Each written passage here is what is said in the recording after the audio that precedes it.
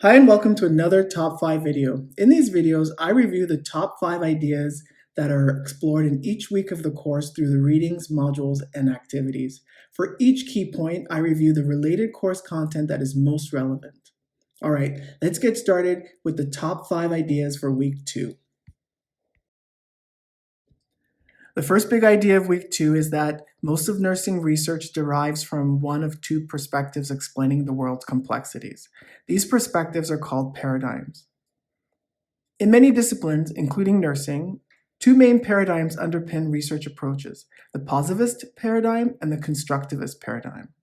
The textbook chapter reading for week 2 provides a detailed discussion of these paradigms and their connection to nursing research. Let's briefly review the critical tenets of these paradigms.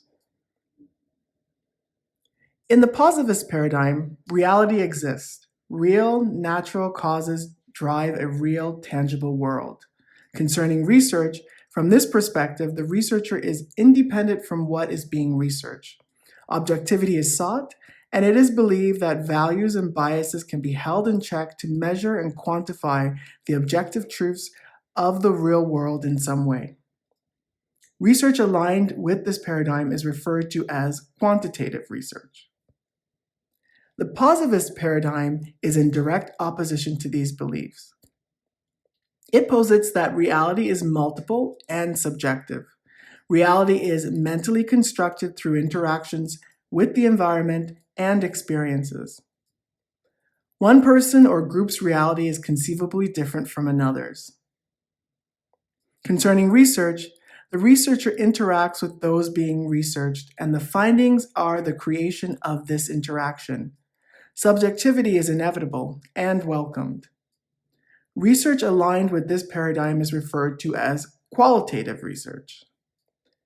These perspectives, therefore, result in sometimes opposing methods of obtaining evidence. These differences are summarized in a table within the chapter readings. Big idea number 2, disciplined research is only one of several sources of evidence for nursing practice. We touched on this idea when we discussed nursing ways of knowing in week 1, but it bears repeating in the context of using evidence to inform nursing practice. Recall that evidence-based practice involves using the best clinical evidence to make patient care decisions. Thus, research evidence is crucial to nursing practice today. However, there are other sources of evidence apart from disciplined research. These include tradition and authority, clinical experience, trial and error, and assembled information.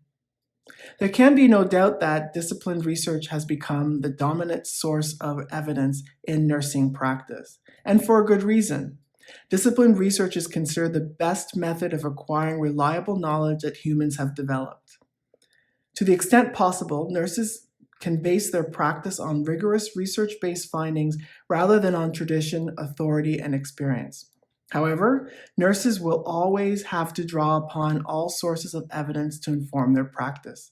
After all, as we will learn further in this course, not all clinical questions and situations can be or have been addressed by research. The number 3 key idea for week 2 is that positivist and constructivist traditions are associated with different sets of techniques to gather, analyze, and interpret information. We define research methods as the techniques used to structure an inquiry and to gather, analyze, and interpret information obtained. In nursing research, these techniques fall into 2 broad categories: positivist scientific methods and constructivist methods. Positivist researchers most often conduct quantitative research and use positivist scientific methods to do so. Constructivist researchers almost always conduct qualitative research and use constructivist methods.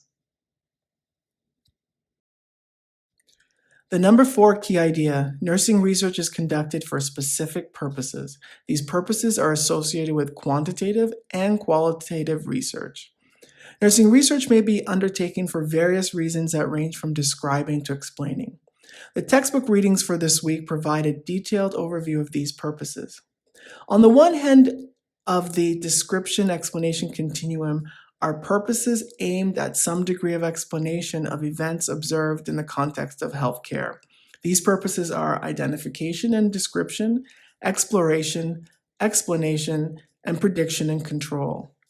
These 5 purposes can be achieved using quantitative research, qualitative research, or both.